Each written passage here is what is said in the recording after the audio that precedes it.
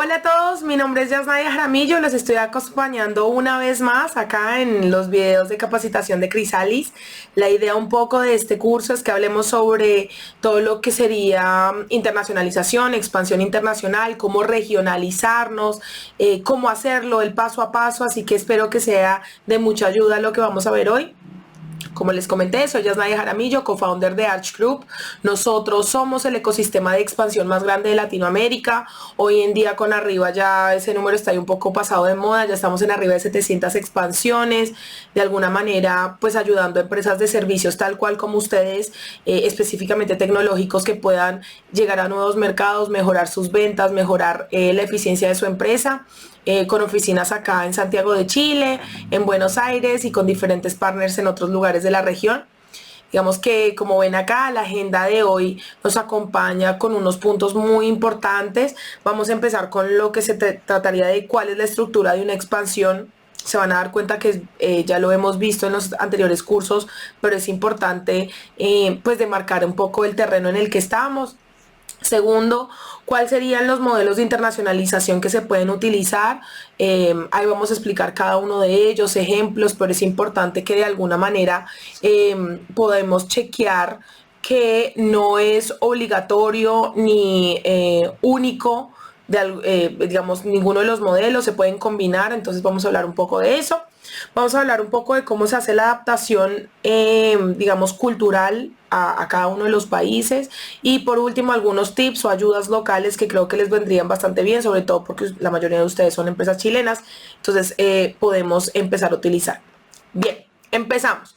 Primera parte donde vamos a hablar directamente de la estructura de expansión. Como yo les comenté en el primer curso de ventas iniciales, de alguna manera una empresa tiene una estructura para poder crecer. Y esa estructura, digamos, teniendo esta regla memotécnica simple de qué es lo que tenemos que ir construyendo en cada uno de los niveles de mi empresa, puedo rápidamente avanzar y no depender en personas que expandan a mi empresa, sino en un sistema predecible, el cual yo como dueño armo.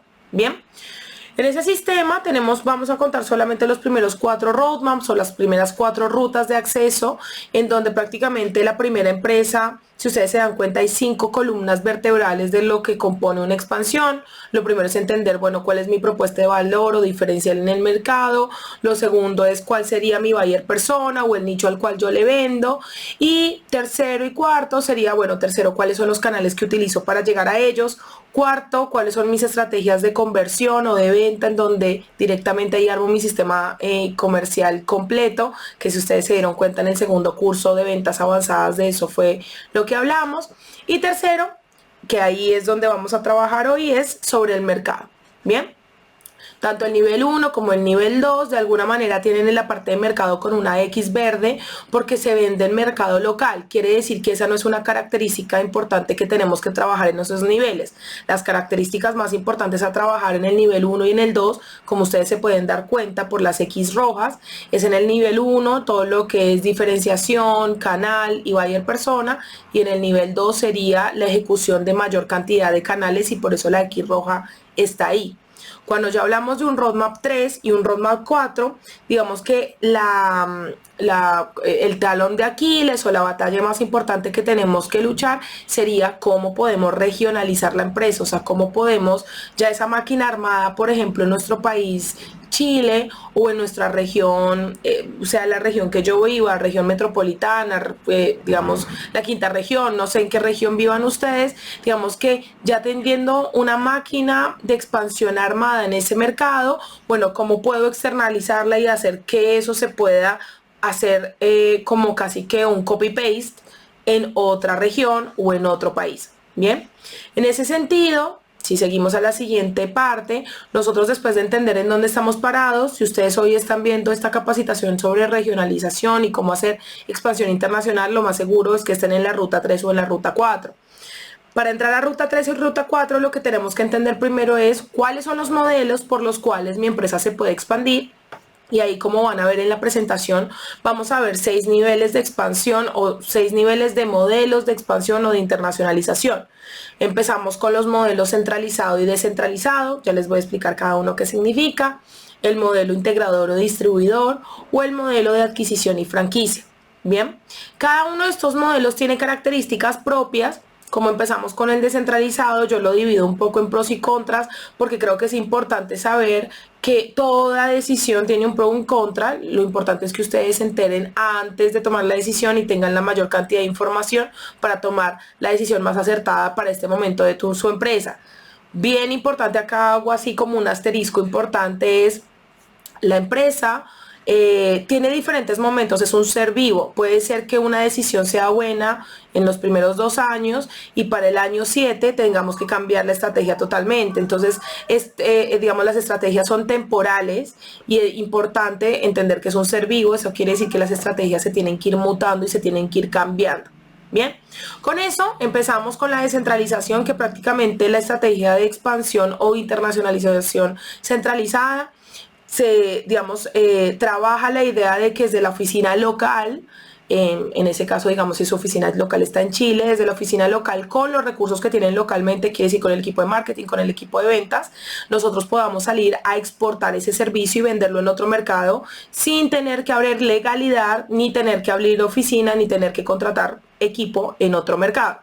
Importante punto en digamos, en el centralizado, es que de alguna manera la pandemia, que este año fue un año pandémico cuando estamos grabando este video 2020, nos, de alguna manera, algún beneficio para nuestros negocios fue que muchas de las empresas que le vendemos, que son las más grandes, ya no te van a solicitar que un vendedor local vaya digamos, a tu oficina en México a que le venda su servicio, sino que ya se hace todo mediante Skype, Google Hangout, y digamos, de alguna manera nos hemos acostumbrado que las reuniones comerciales ya se hacen totalmente online y que las ventas también se hacen totalmente online. Eso es un punto muy a favor para este modelo centralizado, en donde, digamos, pros de utilizar el modelo centralizado sería la utilización, obviamente, de la misma estructura de costos que estamos teniendo. Quiere decir que el mismo equipo comercial que está en Chile, alguno de esas personas que ya está entrenada, puede empezar a tener reuniones y búsqueda de ventas en otro país, y solamente esa adaptación cultural sería lo que nos faltaría, pero de alguna manera esa estructura hace que pues sea mucho más económico para nosotros empezar a tener ingresos en otro país. Después, el conocimiento comercial, que es una de las cosas que a veces queda un poco más difícil capacitar y que para una empresa que recién está empezando es un poco costoso capacitar a sus empleados y que todos tengan el mismo nivel. Pues de alguna manera eso va a ser un ahorro, porque como el mismo equipo local también va a vender a otros mercados, digamos que esa curva de aprendizaje ya está instalada. Y obviamente la mayor rapidez en implementación, porque la oficina local siempre va a estar más adelante en innovación, en estrategias. Si desde la oficina local se está manejando toda la estrategia regional, quiere decir que las implementaciones y los aprendizajes van a ocurrir más rápido. ¿Cuáles serían los contras o los puntos que hay que verificar antes de tomar la decisión de un modelo centralizado? Pues que obviamente tengo que hacer un gran estrellita sobre la adaptación cultural, la diferencia que hay culturalmente en cada uno de los países. Como comunicamos en Chile no es lo mismo que se comunica en Colombia o en México o en el Caribe. Eso hay que cambiarlo, y obviamente vamos a necesitar un poco más de investigación local para poder saber cómo hacer esas adaptaciones a cada uno de los mercados, y ahí va a haber como, digamos, esa curva de aprendizaje. Segundo punto y muy importante es el hecho de estar desde la misma oficina local vendiendo a 2, 3, 4 países al mismo tiempo. Puede hacer que se haga un desenfoque digamos, al marranito de oro, por así decirlo, que es la operación local. La operación local generalmente es la primera que paga los costos de la empresa a la hora de ir a internacionalizar. Puede ser que vender todo desde la misma oficina local haga que las ventas de la oficina local se descuiden o se bajen, así que eso es un punto importante a tener en cuenta. Y tercero, que por desconocimiento internacional pues haya más demoras en los resultados. Nos ha pasado con varios clientes que están vendiendo software o algún tipo de producto enlatado a países en donde quizás la adaptación toma mucho más tiempo, que tienen que hacer otro tipo de conexiones operativas o conexiones tecnológicas que no sabíamos en el pasado, y que de alguna manera eso hace que la implementación sea más lenta. Por eso, de alguna manera, antes de empezarse a internacionalizar, y ese es uno de los ejercicios que les estoy dejando en el ejercicio de este curso es que podamos hacer un poco de research de cuáles son los países que me piden algunos, que tengo limitantes que tengo que evaluar antes de entrar y cuáles no, y de esa manera pues hacer una mejor evaluación, ¿no? Segundo modelo sería el de descentralización. Digamos que descentralización significa que de alguna manera yo salgo a montar la operativa en cada uno de los países en los cuales quiero vender. ¿Cuáles serían los pros de tener un modelo descentralizado? Pues obviamente que la adaptación cultural es mucho más simple porque el equipo local pues sabe cómo aplicar todo en su país. Segundo, tenemos un enfoque en un solo mercado, como decimos localmente en Latinoamérica, el que mucho abarca, poco aprieta. Quiere decir que de alguna manera si hay una persona que se encarga, un equipo que solamente se encarga por país, pues de alguna manera esperamos que los resultados también vengan más rápido. Y tercero, pues hay una rápida implementación. Es importante entender que algunos de los contras, obviamente, de un modelo descentralizado es que tiene un mayor costo, porque pues obviamente tengo un equipo, abrir la legalidad, tengo una oficina, etcétera, etcétera, en el otro mercado, y hasta que no hayan ventas del otro mercado, pues de alguna manera eso sería un costo hundido y por ende tengo que tener mayores reservas si es que este es un modelo que yo quiero empezar a tener. Bien.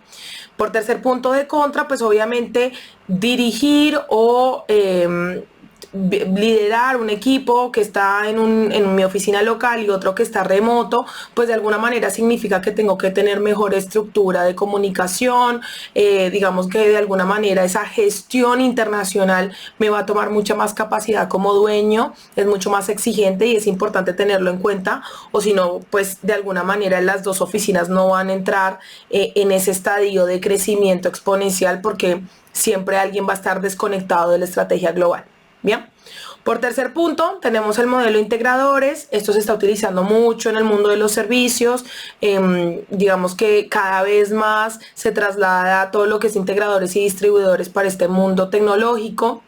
Como grandes pros del mundo de los integradores es que de alguna manera es un modelo que me ayuda a encontrar socios o partners en otro mercado que le venden a mi cliente, pero que de alguna manera su servicio y mi servicio no son competencias, son complementarios. Entonces muchas veces el integrador de alguna manera integra su servicio con el mío o me hace el postventa. Digamos que alguno de los pros de utilizar el modelo integradores es que de alguna manera se van a encargar quizás de la relación con el cliente más postventa ya en el mercado, lo cual hace que mis costos sean mucho más ligeros de implementación. Pues obviamente tienen un conocimiento local de la operación y de los costos y del costeo, entonces pueden ser mis partners para empezar a entender el mercado y que de alguna manera yo cotice mejor, que dé un mejor servicio y que esté más alineado con la competencia local para poder darle el mejor servicio a mi cliente. Digamos que de alguna manera hay un acompañamiento en la gestión administrativa. Yo me he dado cuenta con los clientes que tenemos que tienen canales de integradores en varios países, de alguna manera ese integrador se empieza a encargar de todo lo que es la facturación, de poder entender qué tipo de factura se le puede dar a ese cliente, cuáles son los impuestos que se van a pagar. Entonces ese conocimiento local empieza a ser muy valioso sin un costo fijo, porque de alguna manera el integrador solamente gana cuando realmente se cierra una venta y entre los dos le están dando el servicio al cliente. Y de alguna manera pues eso ayuda a que esos aprendizajes, ¿no?, de la estrategia impositiva internacional, que es una de las cosas más complicadas cuando estamos expandiendo a otros mercados, saber qué hacer y qué no hacer, pues obviamente ahí vamos a tener un gran acompañante, ¿no?, en este camino. ¿Cuáles son un poco los contras o puntos a evaluar del modelo de integración? Sería que de alguna manera pues ellos no son vendedores de tu servicio, quiere decir que yo tengo que desde oficina local seguir vendiendo centralizadamente, por así decirlo, y si llego a cerrar un cliente pues ese es el integrador el que hace el postventa, tener muy claro eso, no por tener un integrador quiere decir que se va a vender más, de hecho por lo contrario yo debería tener una estrategia muy clara de comercialización para que ese integrador pues vea que yo me estoy esforzando, que si tengo clientes y que él me dé prioridad a mis clientes que yo estoy cerrando. Y por el otro lado, digamos que esto es más un consejo que yo les doy, es ningún tipo de relación inicial de partnership o de integración se debería ser muy exclusiva o muy cerrada hasta antes conocernos. Yo siempre hago el ejemplo que uno en la primera cita no se casa con nadie, esto es exactamente igual. La idea es que de alguna manera ustedes puedan conocer esos integradores, empiecen a generar alianzas, que empiecen a trabajar en conjunto, que los contratos que tienen de colaboración entre sí sean bastante abarcativos y que en el momento de ya tener una relación de más de 6 meses y que ustedes crean que es muy beneficioso tener ese integrador, y si el integrador se los pide, pues ahí sí pueden firmar contratos de exclusividad, pero antes de eso me parece que es muy apresurado y que de alguna manera se podrían meter en algún tipo de contrato que para ustedes no sea tan beneficioso. Siguiente, tenemos el modelo de distribuidor. Digamos que la palabra distribuidor se nos hace más conocida porque en el mundo de los productos físicos es mucho más conocida el tema de los distribuidores.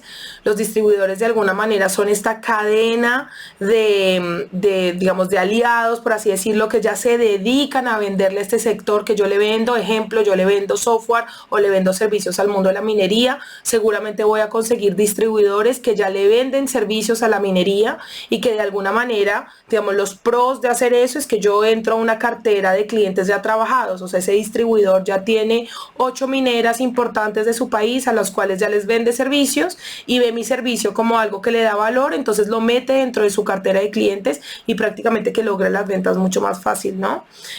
Otro pro es que de alguna manera pues tiene el conocimiento local y eso ayuda un montón porque como hablábamos antes, en este tipo de distribución, pues ese costo para mí va a ser marginal, porque quiere decir que cada vez que yo vendo es que me lo cobran y no porque sea un empleado mío que sí tiene un costo fijo de sueldo mensual, y por ende pues obviamente esa venta va a ser inmediata y asistida. Quiere decir que de alguna manera ese distribuidor me va a ayudar a vender más. ¿Cuál sería un poco los contras o los puntos a verificar antes de empezar a diagramar una estrategia de distribuidores? Es entender que el distribuidor, como cualquier ser humano que tiene una empresa, lo que más quiere es facturar más, pero no le importa por qué producto va a facturar más. ¿A qué me refiero con eso? Si yo soy un distribuidor y tengo en mi cartera 8 mineras y tengo 25 proveedores que me dan servicios y yo los revendo a mis clientes que son las mineras, pues obviamente yo le voy a vender lo que más ganancia me dé y lo que más fácil me quede. Eso quiere decir que de alguna manera el distribuidor no es un vendedor. No por tener un distribuidor quiere decir que las ventas van a venir solas. Al distribuidor hay que ayudarlo mucho para que logre tener las ventas. Yo siempre aconsejo a que los distribuidores uno los debería tener de alguna manera por lo menos una comunicación quincenal o mensual para ayudarle a entender cuál es la cartera de clientes, cómo mi servicio le puede servir a esa cartera de clientes y hasta acompañarlo a reuniones y ayudarle a facilitar la venta y no dejarlo solo, porque obviamente el distribuidor no va a ser tan buen vendedor como yo mismo de mi propio servicio.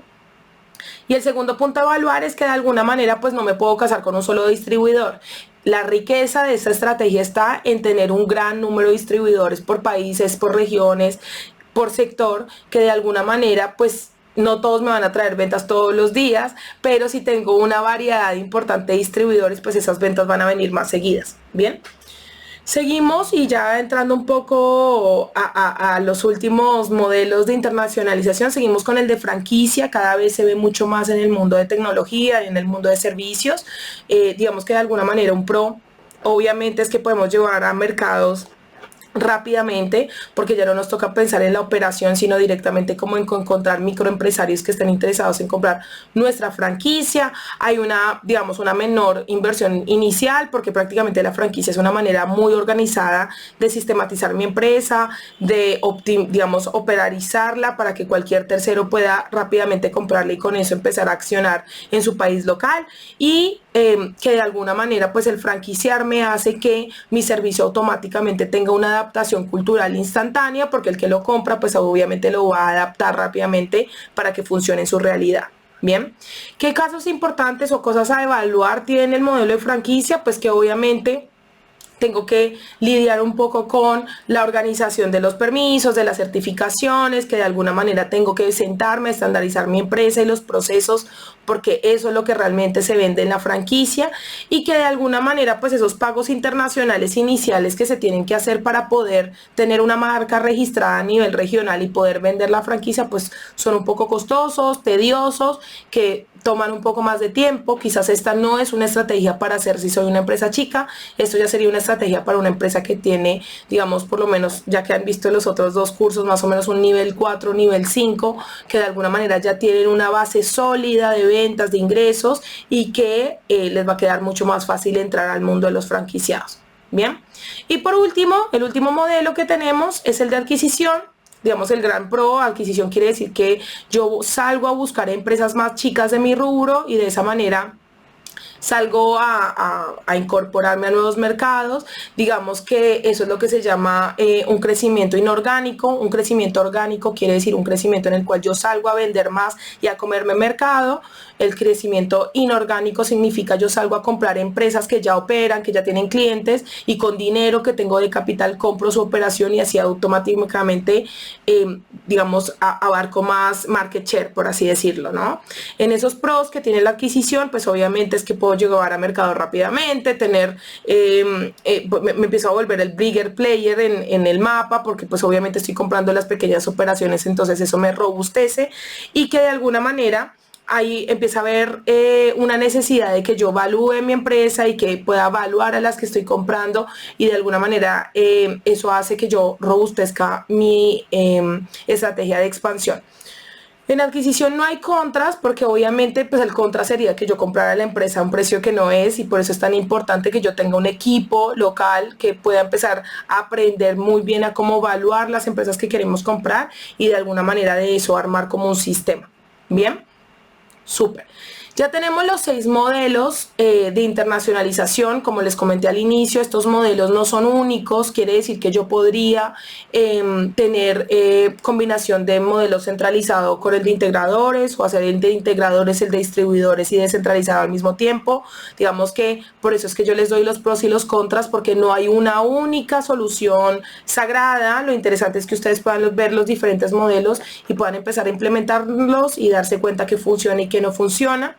Lo importante aquí es cómo generamos, digamos, ya que vimos en el primer curso la generación de demanda, acá sería como la generación de demanda internacional. Igual que la generación de demanda nacional, yo tengo las 3 grandes preguntas.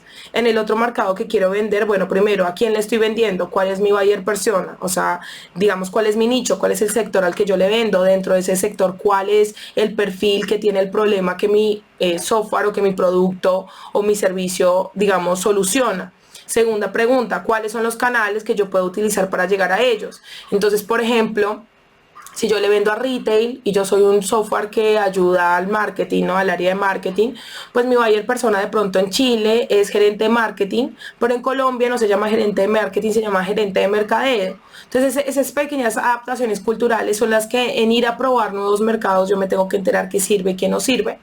Segundo, cuáles son los canales que lo atraen. Puede ser que en Chile me sirva mucho utilizar LinkedIn porque es una herramienta que utilizan mucho, pero si yo voy a vender en Paraguay, Paraguay todavía no tiene LinkedIn como una gran herramienta de contacto, quizás tengo que empezar a utilizar, no sé, páginas amarillas o cámaras de comercio que me den el listado de las empresas adjuntas para vender en mi servicio. Entonces, de alguna manera los canales se transforman también dependiendo de los países en los cuales quiero vender. Y obviamente la propuesta de valor lo mismo. Yo soy un software de marketing, pero para Chile soy muy interesante porque en Chile, no sé, la gente compra online, entonces mi servicio le ayuda al e-commerce del retail a mejorar sus ventas. Pero si en Paraguay todavía el e-commerce no está muy desarrollado, quizás mi software lo que les ayuda es a incorporarse al mundo de el e-commerce, ¿no? Entonces esa propuesta de valor de cómo yo le explico, de cómo yo le doy valor al cliente, se tiene que transformar en cada uno de los mercados, y solamente vamos a saberla transformar cuando empecemos a sacar reuniones, y en esas reuniones con ese script de venta que yo ya tengo escrito a nivel local, que es el que vieron en el módulo 2 en ventas avanzadas, se van a dar cuenta que pueden optimizarlo y que cada uno de los países o cada uno de los mercados va a empezar a cambiar ese mensaje. Como embudo de ventas y ya como parte final, tenemos que entender que de alguna manera el embudo de ventas es lo mismo aquí o en la China, ¿no?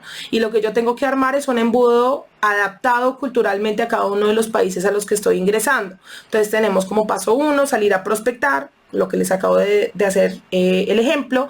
Para salir a prospectar a los gerentes de marketing, y si ahora voy a ir a los gerentes de mercadeo de Colombia, tengo que entender a quién con nombre de título claro de su puesto en la empresa, a quién voy a salir a buscar ese mercado, ¿no? Segundo, la transformación de los canales, lo que les decía, bueno, en Chile quizás el LinkedIn sí puedo utilizarlo como un canal interesante para buscar ese tipo de personas, pero en Paraguay me toca salir a buscar listados en otros lugares.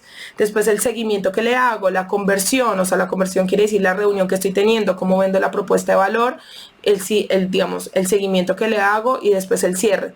Cada uno de los componentes tiene que tener de alguna manera una adaptación cultural que me ayudan a llegar a ese resultado que yo estoy buscando, y digamos que depende totalmente, si les soy muy sincera, eso solamente se aprende al andar.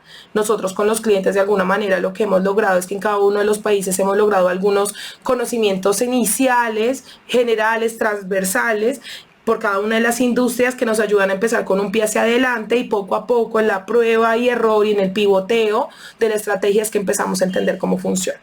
Bien, por último, para no molestarlos más, tenemos un poco mi consejo mismo. Yo soy extranjera, pero vivo en Chile ya hace casi 4 años, en donde de alguna manera el apoyo local que ustedes tienen es fundamental para poder lograr esa internacionalización de una manera más fácil. Empezamos con, obviamente, ProChile. De hecho, nosotros somos empresa chilena. Yo he estado en Colombia, he estado en México, he estado en Brasil. Siempre voy a la embajada chilena porque soy empresa chilena, entonces les pido ayuda desde ProChile. Siempre me han presentado una empresa, siempre tienen hasta un espacio de trabajo dentro de los consulados, son bastante amables, así que creo que, digamos, de alguna manera una ayuda importante también es ProChile.